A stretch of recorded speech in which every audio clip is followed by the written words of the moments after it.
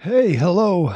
Good day to you wherever you are in the world, upstairs, downstairs, inside, or out. Welcome back to Interesting Stuff, the homeschool educational supplement where we look at things that other people perhaps just let slip by without even thinking about. So, today we're going to dive into the interesting topic of shopping. So, what do you think about shopping? Do you like it? Is it a joy and adventure, or is it tedious and tiresome for you? I have a mixed relationship with shopping.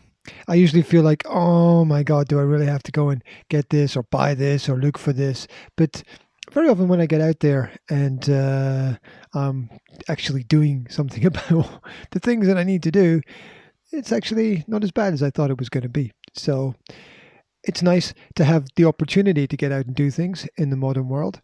And shopping is something that brings choice and joy to a lot of people. But also, the whole way that we shop is changing right now, especially due to the development of new technologies. And so, what I would like to look at is a brand new concept called Amazon Go, which is a shop which is designed to make the whole process of shopping much, much easier. So, Amazon Go is a chain of convenience stores that have opened up experimentally in the United States. The stores are partially automated and in the future maybe fully automated, and customers there are able to purchase products without having to go to a checkout and without having to get their wallets out either. Of course, that doesn't mean that you don't pay, it just happens automatically. Now, the first store was located in the Amazon Company's Day One building. It opened to its own employees on December the 5th, 2016, and to the public on January the 22nd, 2018. The flagship store sells products such as prepared food, meal kits, whatever that is, limited groceries, and liquor. Yay! I would suggest always prepare your own food, don't buy a meal kit, but that's just me.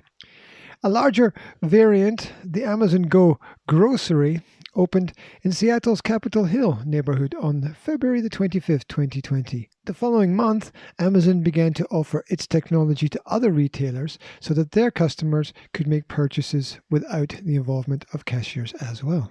The whole process uses several technologies that automate Go stores, including computer vision, deep learning algorithms, and sensor fusion for the purchase, checkout, and payment steps associated with traditional retail transaction.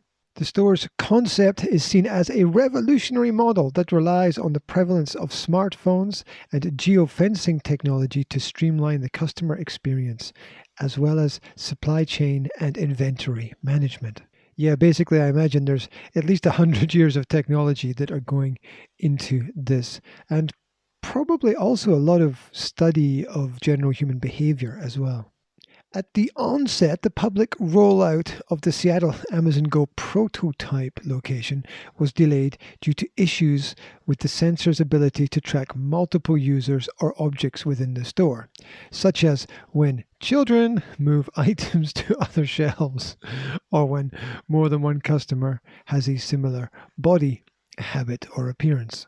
Yeah, you can always trust kids to stress test everything, I think. So let's dive in to just a little bit more detail here. The futuristic store uses extremely high-tech surveillance systems that Amazon calls Just Walk Out technology. What a friendly name. Using computer vision, hundreds of cameras monitor the store from every angle. You are being watched, allowing machines to see what is in front of them and determine what the objects actually are. This allows the store to not only follow the shopper, but identify everything that they pick up. This is then added to a virtual cart and automatically billed to their account when they leave the store. How swift and smooth is that? The system is, however, even sophisticated enough to also track when you pick up an item, for instance, to consult its ingredients list, and then put it back on the shelf. This is also because the futuristic store is also fitted with numerous other detecting devices, including weight sensors in the shelves. The whole process is not yet entirely automated. And behind the scenes, there are still some human employees helping to train the algorithms and double check they've identified the correct products. People are also employed to prepare fresh food items, restock the shelves, and to check shoppers' IDs for buying alcohol. But I imagine in the future, they'll figure out some way of getting machines to do this as well. And then what? What are the workers going to do? Have you thought about that? Wow, the world is changing, isn't it? What happens to all these people who are made redundant by the technology? Do they retrain? Do they transfer? Interesting conundrum. We will see what the future brings. And it is, of course, very interesting to note how consumers' attitudes and habits are changing in the modern world. Not just are they changing within the shops that we choose to go into and how streamlined the whole system is within there, but also in terms of how we use e-commerce and buy using our smartphones or computers or tablets. Now, if you're interested in some statistics that are basic economic reality, the research firm Forrester estimates that e-commerce, buying through the internet, is now approaching 200 billion in revenue in the United States alone, and accounts for 9% of total resales, and I imagine that's per year, up from 5 years ago. The corresponding figure is 10% in the United Kingdom, so 1 in 10 products is bought online. It's got to be higher now, though. You have to imagine after the last year of people being nudged, there we go, that's the right word, nudged into using digital commerce much more. You can imagine these numbers are far higher. But according to what I have here, it was 3% of commerce in Asia Pacific, 2% in Latin America. Globally, digital retailing is probably headed towards 15 to 20% of total sales. Again, I imagine it's higher now, though the proportion will vary significantly by sector. That is so true. I mean, people who use technology are probably more likely to buy online than those who are looking for fruit and vegetables, for example. Moreover, much digital retailing is now highly profitable. Amazon's 5-year average return on investment is 17%. That's huge. Whereas traditional discount and department stores average only 6.5% return on investment.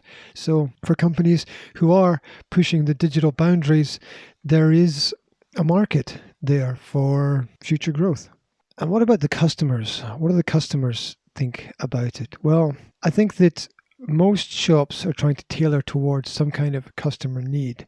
So it's going to be very important for retailers to understand that maybe people's needs when they're sitting at home are going to be slightly different from being in a store if they're purchasing things. So yeah, I think the companies do want to make it easier for the customers and consumers, but they can only do that by getting to know the consumers better and reaching out to them and doing things like surveys and here, complete this, and maybe you could win something. Those kind of little competitions you see online. And we also need to think about customer and brand loyalty as well. People like shopping in certain places for specific reasons and the feeling they get there.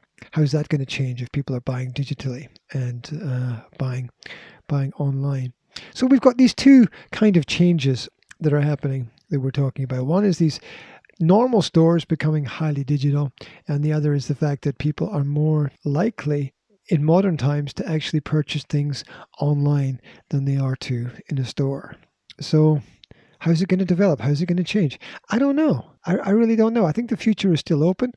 I think that it can go in any direction. I think there'll be some people who want to go back to shops that have those traditional values and they want to go in and talk to the shopkeeper. They don't just want to get their stuff and leave, because that's just a very It's a very clean experience, but yet sterile at the same time. Sometimes people want emotional content in their daily experiences, and they can only get this from interacting with people. You can't really get that from interacting with machines. So who knows which way it's going to go? It's really difficult to see. What do you think? What do you think? Well, as I said, it's open. Drop me a message.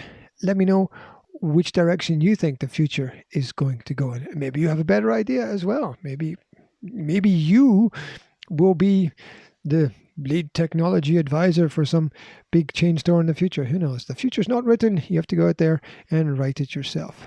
So this was today's educational supplement. I hope you found it interesting. As usual, there'll be some questions for you to answer under the video. And wherever you are, whatever you're doing, have a great day. Take care.